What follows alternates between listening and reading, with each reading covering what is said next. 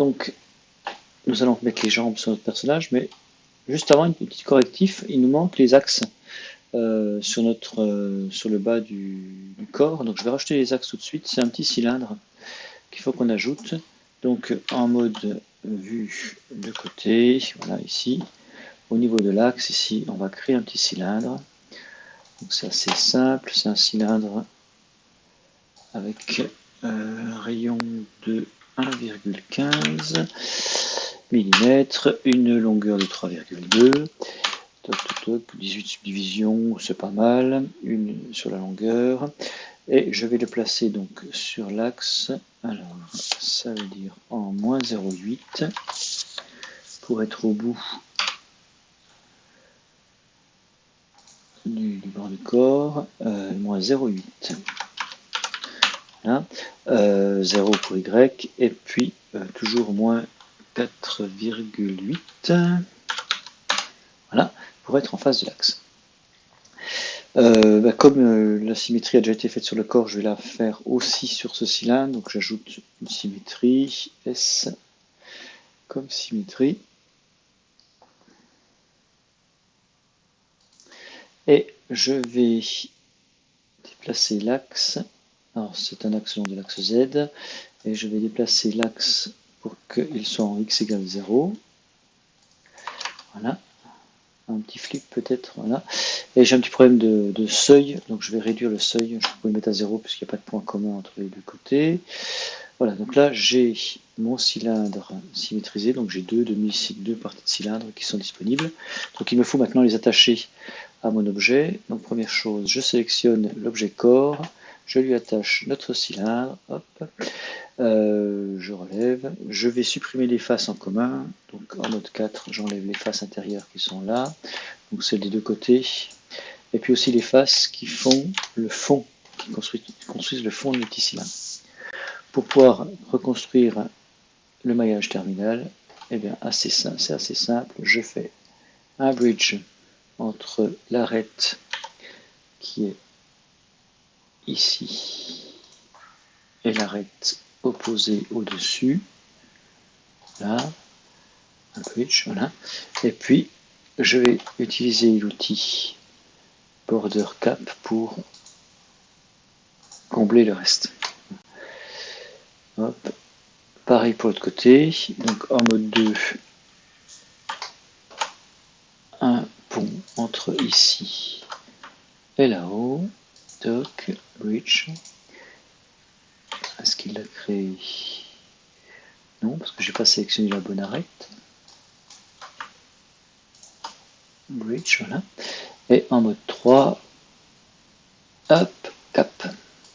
Un petit détail, c'est qu'on voit qu'ici il y a une texture qui est apparue parce que l'ID a été mis avec une valeur fausse, donc c'est pas grave. Je repasse en mode 4, je sélectionne toutes les faces ici, attention. Je passe en mode. Donc, je vais remettre les ID convenablement. Donc je passe en mode 4, je sélectionne toutes les faces qui sont dans la zone ici que je viens de modifier et je vérifie bien que leur ID c'est 1. Voilà, donc j'ai fait le petit correctif pour avoir l'axe sur mon personnage. Donc nous allons passer maintenant à la création des jambes. Donc création des jambes en plusieurs étapes. Une première étape, on va d'abord faire la forme générale de la jambe, et surtout les faces extérieures. Et ensuite, on verra comment faire les détails qui sont à l'intérieur. Alors, pour la forme extérieure, on va créer une boîte de l'embut de côté. Hein, toc. Donc, cette boîte, les dimensions sont indiquées dans l'énoncé. Donc, 11 sur la largeur, 5,7 pour la profondeur et 6,3 pour la hauteur. Et donc, en subdivision, eh bien là, il faut faire attention de mettre subdivision sur la face de plus grande longueur, c'est-à-dire sur celle de longueur 11, parce que ça nous permettra de sortir le pied. Le positionnement de cette boîte, donc moins 0,8, 0,65 et moins 10,3. Hop, elle est en place. Je vais tout de suite nommer cet objet leg right. Je vais le convertir en polygonitable pour pouvoir bien régler cette position des points. Polygonitable 1. Hop, je sélectionne tous les points de la ligne horizontale et je descends ma ligne. Et plus précisément, je la mets à une hauteur de 12,8, moins 12,8. Voilà. Autre petit détail sur les points, c'est la face de côté ici qui doit être aussi décalée en moins 7,7. Pour l'instant.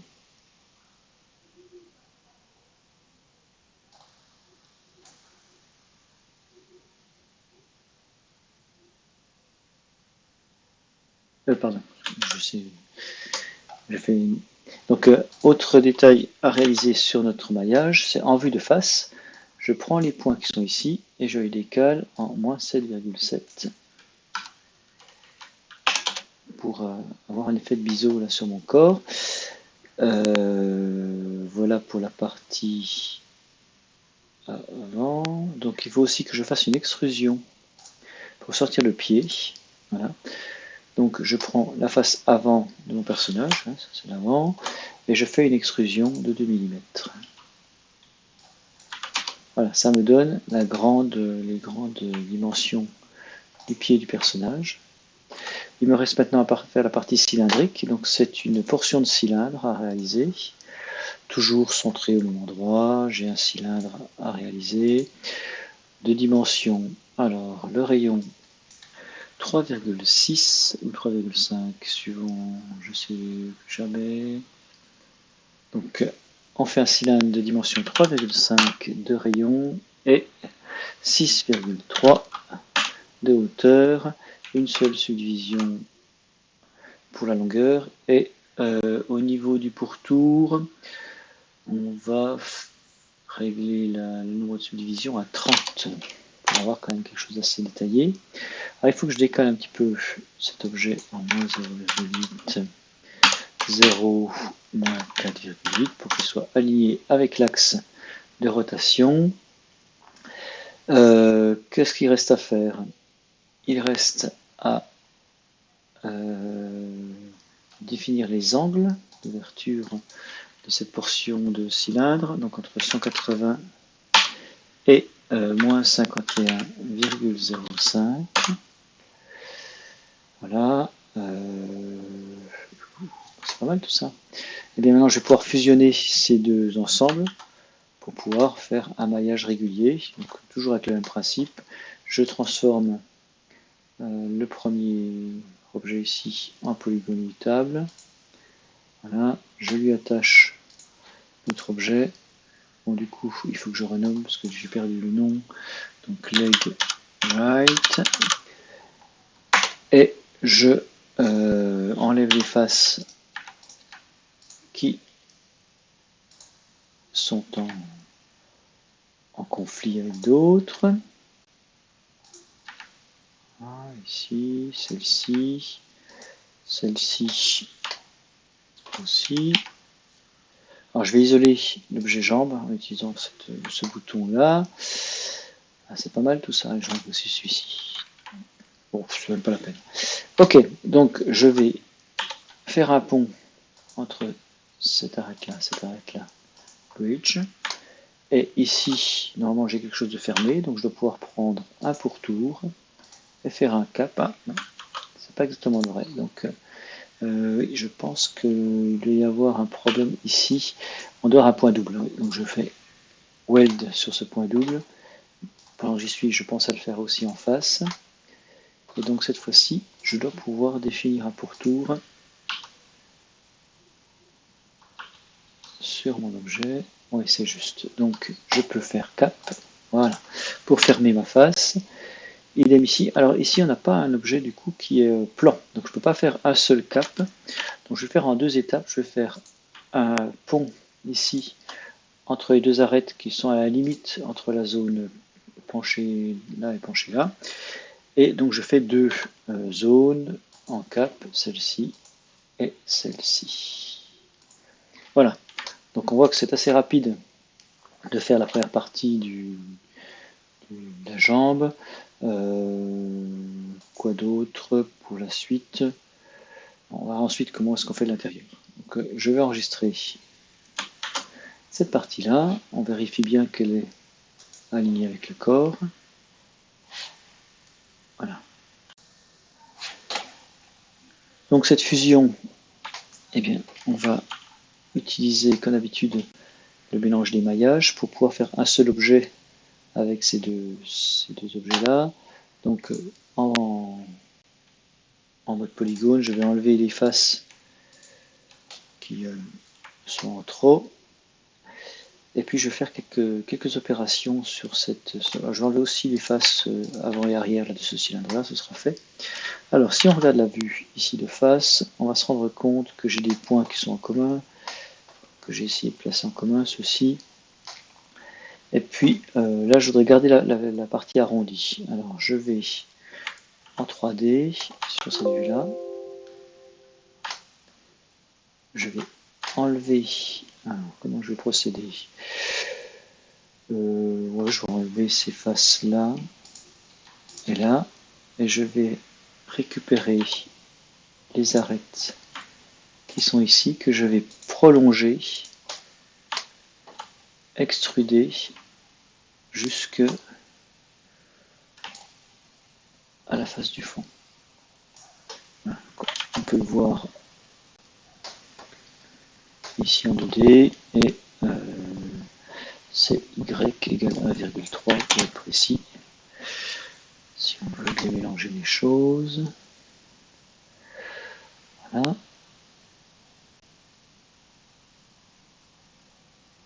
Ensuite, donc je vais refaire un pont entre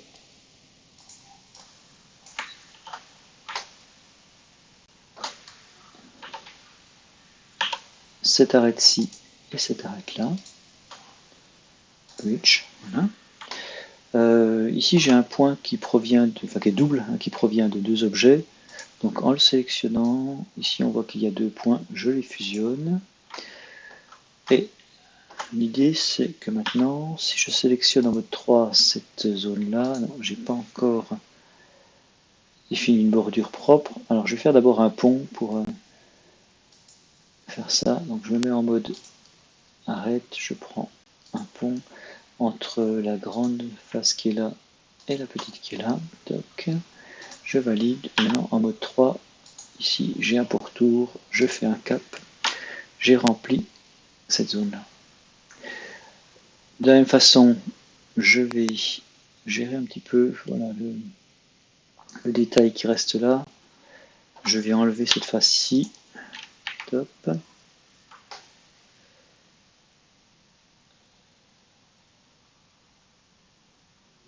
Je vais aussi enlever celle du fond. Et je vais faire un pont entre cette arête-là et cette arête-là. Bridge. Hein. Et normalement, je dois pouvoir faire une bordure sur le fond pour refermer ce fond. Voilà. Enfin, j'ai plus qu'à refermer la partie là. Alors je vais faire d'abord quand même un bridge ici pour sécuriser ce coin-là.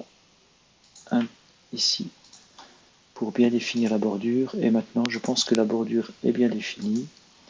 Et je peux faire un cap pour terminer. Voilà. Donc j'ai la forme. Il me reste juste un petit détail, c'est que cet objet-là, donc ça va devenir l'intérieur de ma jambe. Donc ce sont les faces intérieures que je veux conserver à l'extérieur. On connaît ça maintenant. On a déjà fait ce genre de choses. Donc il faut que j'applique l'opérateur normal pour que ce soit les faces extérieures qui deviennent l'intérieur. Plutôt dans ce cas-là, les faces intérieures qui deviennent l'extérieur. Donc j'applique l'opérateur normal. N, normal, voilà. On voit que ça a changé le sens d'éclairage. Et cette fois-ci, je suis prêt à remélanger mon objet avec l'objet qui va créer le creux avec l'objet initial de la jambe. Alors, l'étape suivante, je vais réisoler mon objet leg ici. Donc, il faut que l'on prépare le creux, le trou qui est à l'intérieur du pied.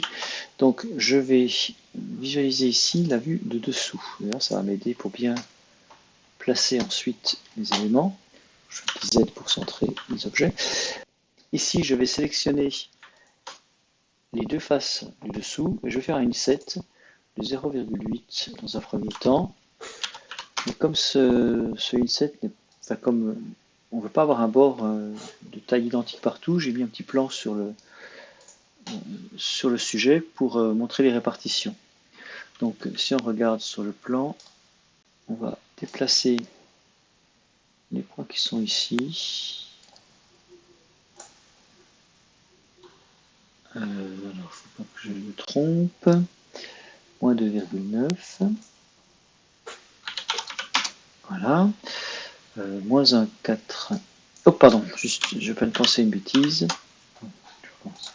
Donc, je vais déplacer les points qui sont sur le fond en utilisant la vue de dessous.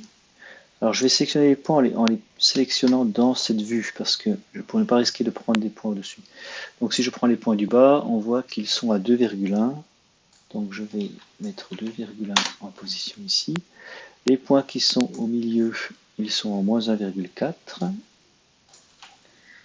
Voilà. Et ceux qui sont au-dessus, donc vous voyez, je sélectionne toujours dans la vue sécurisée de gauche, moins 2,9. Voilà. Pareil, je vais utiliser cette vue-là pour sélectionner les points du côté gauche, là sur mon dessin, pour les placer en moins 6,4 au lieu de 6,9. Et l'autre côté, ils sont en moins 1,6. Oui, c'est bon, c'est bien placé. Ensuite, une fois que cette décomposition est faite, je passe en mode face. J'ai mes deux sélections. Je vais faire deux extrusions. Une première qui ne va concerner que l'avant du pied. Donc, une première qui va être d'abord assez courte. Donc, elle fait moins 2,4. Donc, négatif donc en creux. Hein. Je fais un plus. Et après, je sélectionne uniquement la face la plus grande, puisque celle-ci, je ne veux pas qu'elle aille plus profond. Et je fais une seconde extrusion qui est la plus profonde, qui est de moins 5,6. Voilà. Moins 5,6. Ça peut bien passer. Voilà. Donc, je valide. Et si on regarde la vue ici de côté, on voit la forme du creux à l'intérieur de l'objet. Donc maintenant, on n'a plus qu'à réaliser les trous à l'arrière de l'objet.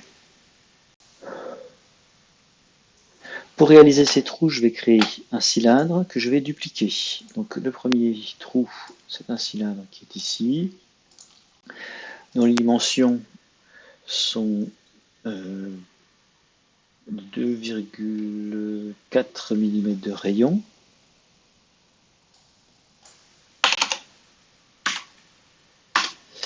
Et 1,4 mm de haut.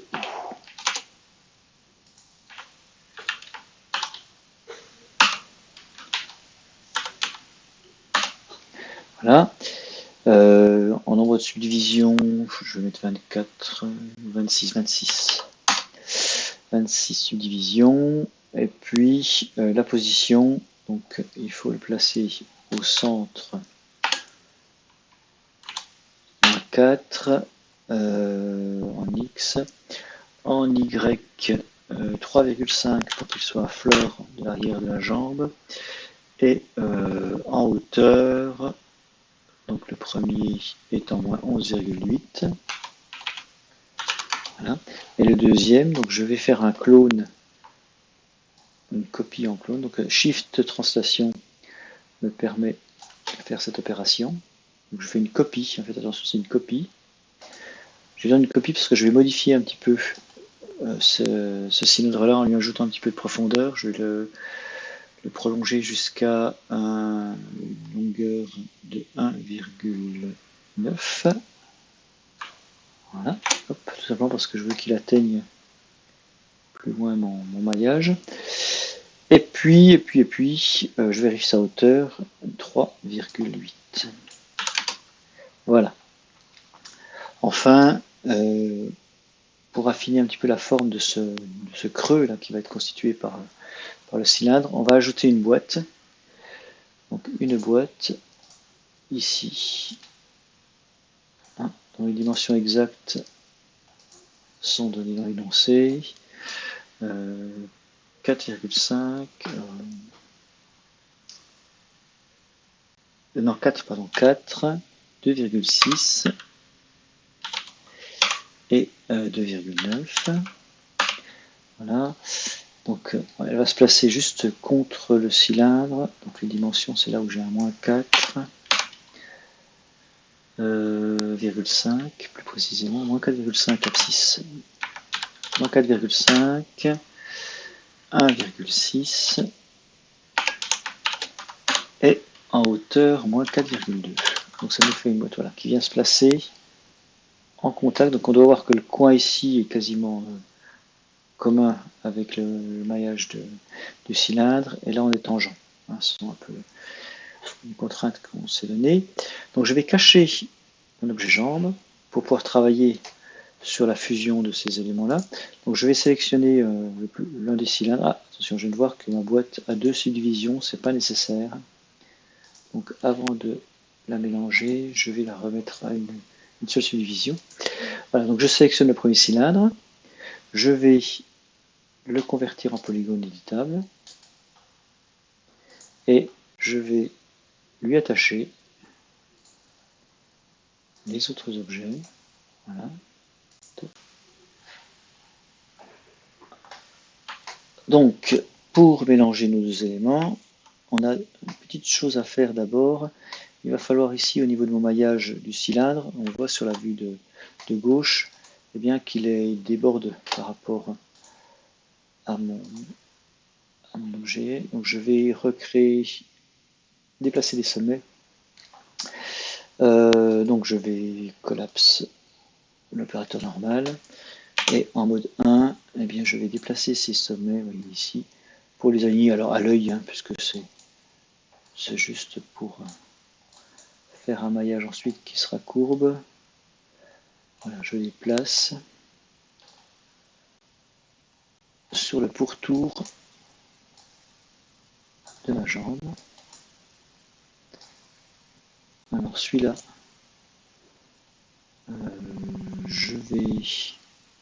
je vais les enlever, ceux-là, 4. Je passe en mode 4, je vais enlever ces 4 faces-là. Bon, ça va enlever un petit peu de face en dessous, mais c'est pas grave. Je vais reconstruire après.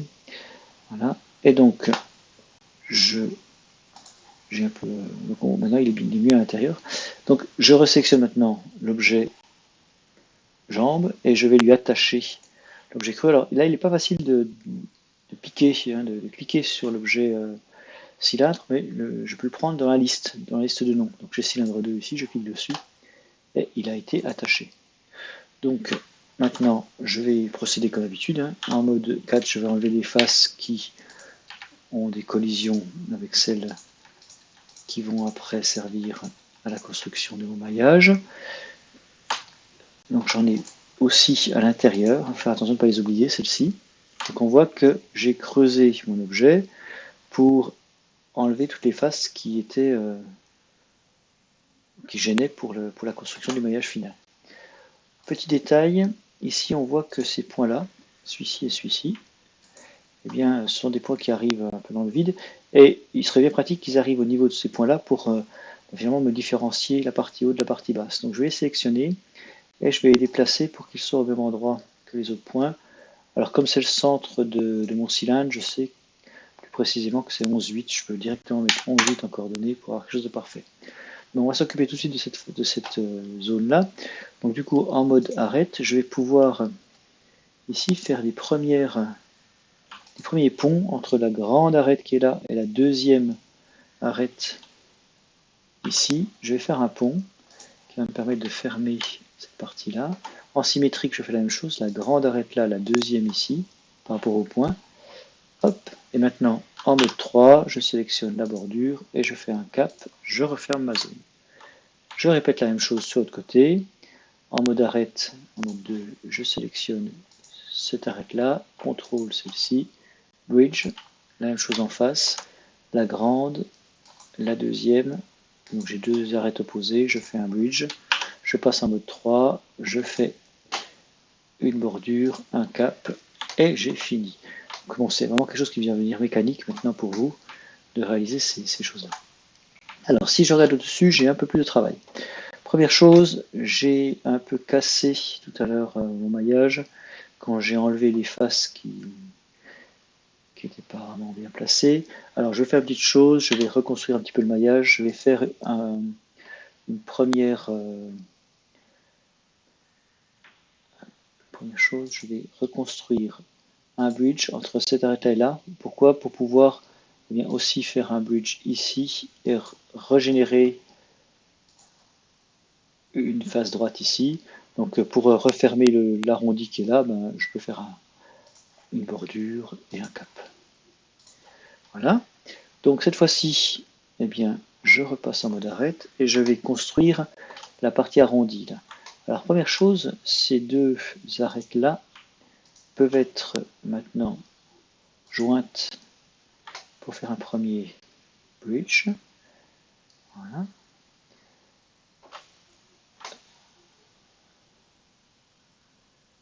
Ok. J'hésite sur la façon dont je vais refermer mon cylindre.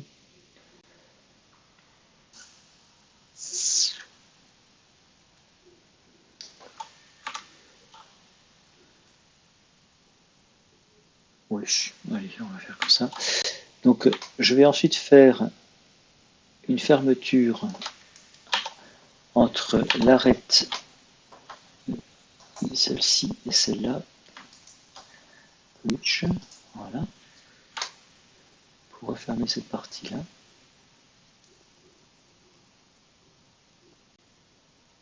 Donc je pense que...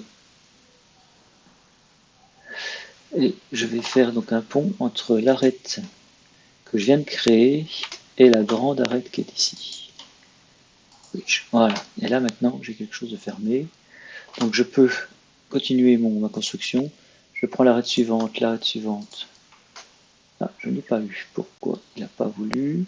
Ah, j'ai mal sectionné. Je prends l'arête qui est là, l'arête qui est là. Je vais utiliser un mode bridge permanent. C'est beaucoup plus simple pour voir ce que l'on fait. Voilà. Donc là, on voit que je peux sélectionner plusieurs arêtes. Voilà, je vais en prendre 3. Oui, pour faire cet effet en triangle. Ouais, c'est pas vraiment ce que je voudrais. Je vais prendre d'abord celle-ci avec celle-ci, celle-ci avec celle-ci. Voilà, je valide. Plus. Et je vais faire le triangle à part. Vous vous rappelez, pour les triangles, il faut changer parfois ce petit paramètre-là. Voilà. Je valide. Et je fais la même chose en face pour avoir quelque chose de symétrique. Là. Ceci, donc c'est les deux grandes, je valide. Et après, celle-ci avec celle-ci pour faire le triangle. Je continue. Ah, ben j'aurais pas dû fermer ma fenêtre. Voilà. Je continue mon maillage. Après, je sélectionne des paires d'arêtes placées une en face de l'autre. Là, je sens que je refais encore un triangle. Bon. Qu'est-ce que j'ai encore comme face?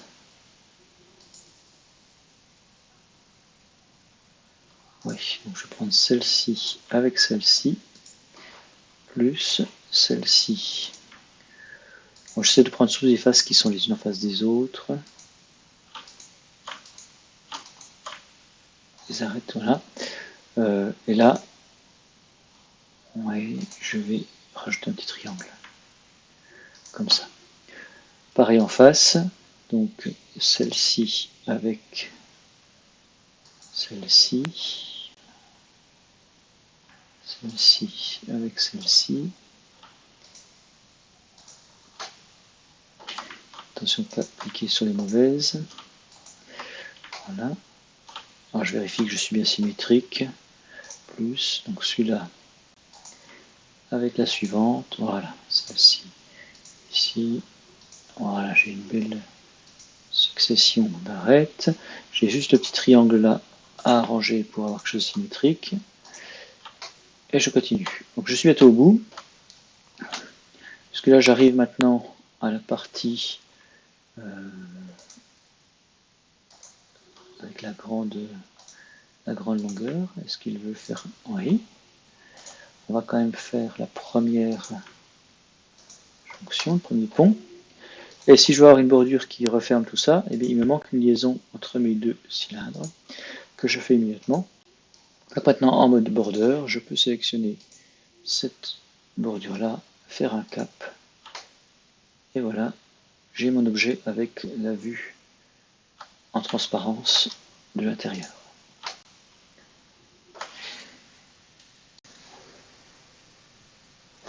Il me reste à appliquer un chanfrein sur l'objet. Je passe en mode arête et je vais sélectionner les arêtes qui sont sur le côté.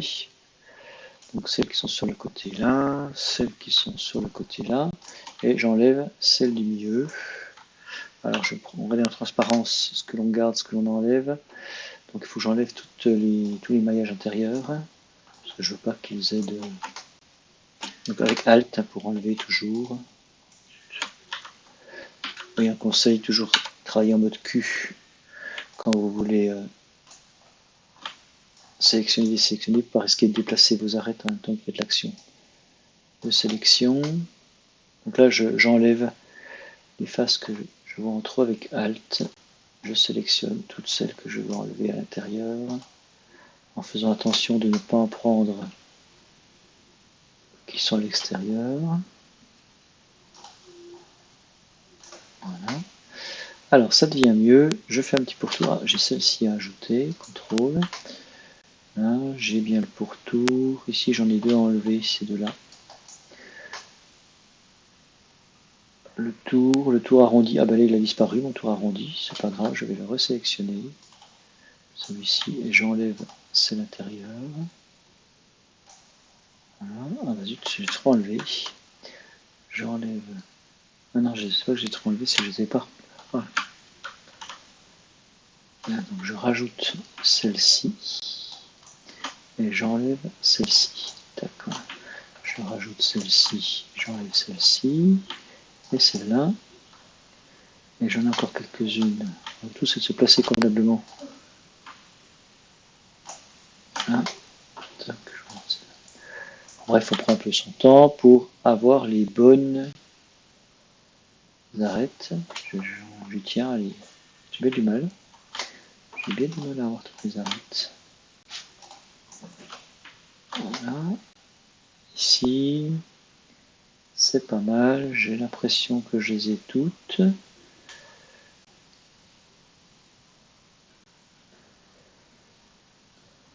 Oui, F3. Donc là, on a maintenant notre objet plein. Donc on va faire l'opération de chanfrein. Je trouve encore des arêtes en trop, des arêtes intérieures. Je vais quand même vérifier une fois de plus. Voilà. Et alors, de toute façon, quand je vais appliquer l'opérateur chanfrein, je vais tout de suite voir les effets. Donc c'est un chanfrein, c'est faible, 0,2 d'amplitude, et puis on met 3 subdivisions, comme pour les autres objets. En subdivision. Et là, je vais pouvoir vérifier que je n'ai pas d'effet. Ah oui, celle-ci est en trop, par exemple. Donc je fais Alt, je la sélectionne, je peux encore la sélectionner pendant la réalisation du chanfrein.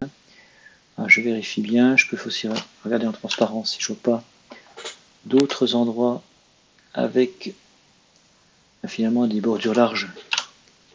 Ça a l'air bien, je valide. Il me reste à appliquer la texture, le matériau. Alors on va passer en mode matériau, sélectionner le matériau blanc qui a servi à faire le corps et on l'applique sur mon objet. Attention, je vais relever ici la section pour que tous les objets, toutes les faces aient bien reçu la couleur. Voilà, je fais réapparaître mon personnage. Et donc il me reste un petit détail, c'est dupliquer cet objet pour avoir la jambe opposée, la jambe gauche. Donc je vais prendre ici l'outil miroir. Voilà. Je vais demander une copie avec 1,6 de décalage. Vérifiez bien que vous êtes en mode géométrie ici, non pas en mode transformation. Copie, voilà. Que ça doit créer le placement de votre objet jambe en face. Alors par défaut, il appelle le nom de l'original 001. Donc nous, c'est leg left. Je la renomme pour avoir tous mes éléments. Allez, un petit rendu de meilleure qualité. Je relève mes boutons. Et voilà, mon personnage avec ses jambes.